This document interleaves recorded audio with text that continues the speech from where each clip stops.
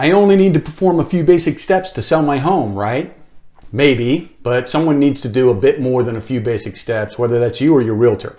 After all, you're not selling a bicycle on Craigslist, you're selling one of the largest investments most people will ever make, and will be trying to take as much equity with you as possible. This video is a part of a multi-video series that reviews all primary considerations of the selling process. Today, I'm going to review the whole process at a high level. We'll take deep dives into the various topics in the rest of the video series. But we're starting this one right now.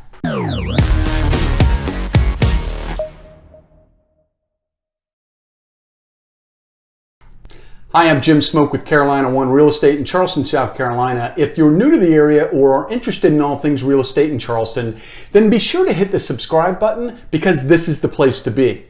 Also, click the little bell icon so you can receive an email notification when new videos are published. After viewing this video series, you'll understand the primary stages of selling your home as well as many of the supporting details. This understanding will set you up for success to be able to reach your desired outcome, which only a part of is actually selling your home.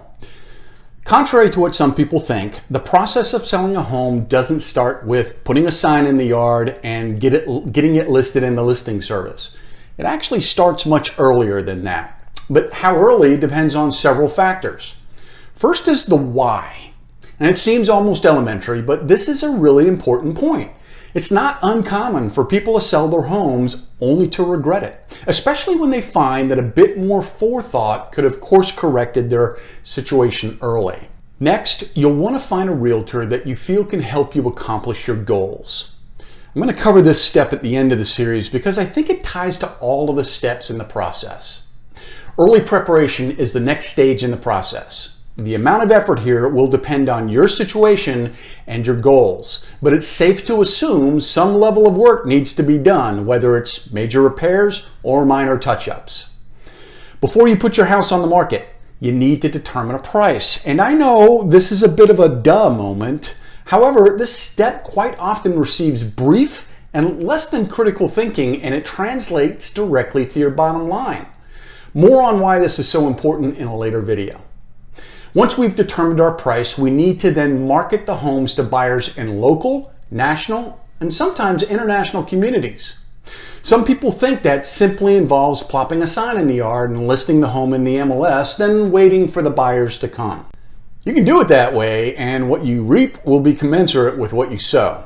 In today's digital environment and short attention spans, effectively marketing a home is vastly different than it was 25 years ago.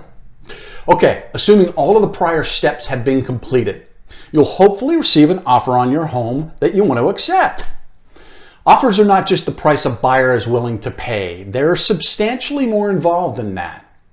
The link above goes to another video that covers the components of the offer price that I call net contract price.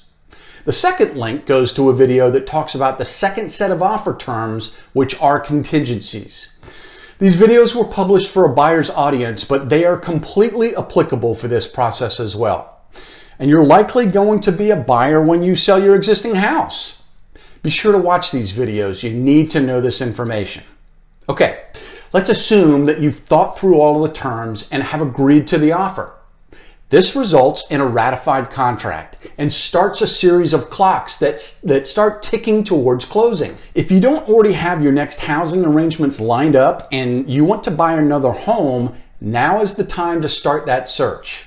You don't want to put an offer on a home until you get to this stage, as the risks of the sale of your house falling through are higher prior to this point in the sale.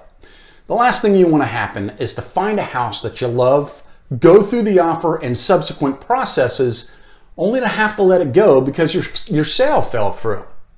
With ratified contract in hand, this is the stage of the process where your realtor puts on their project management hat. There's quite a bit that needs to be done to get you successfully through to closing. Granted, most of the hoops in this process are done on the buyer's side. However, that doesn't remove the responsibility of your realtor ensuring that all tasks get done, no matter what side of the transaction is being discussed.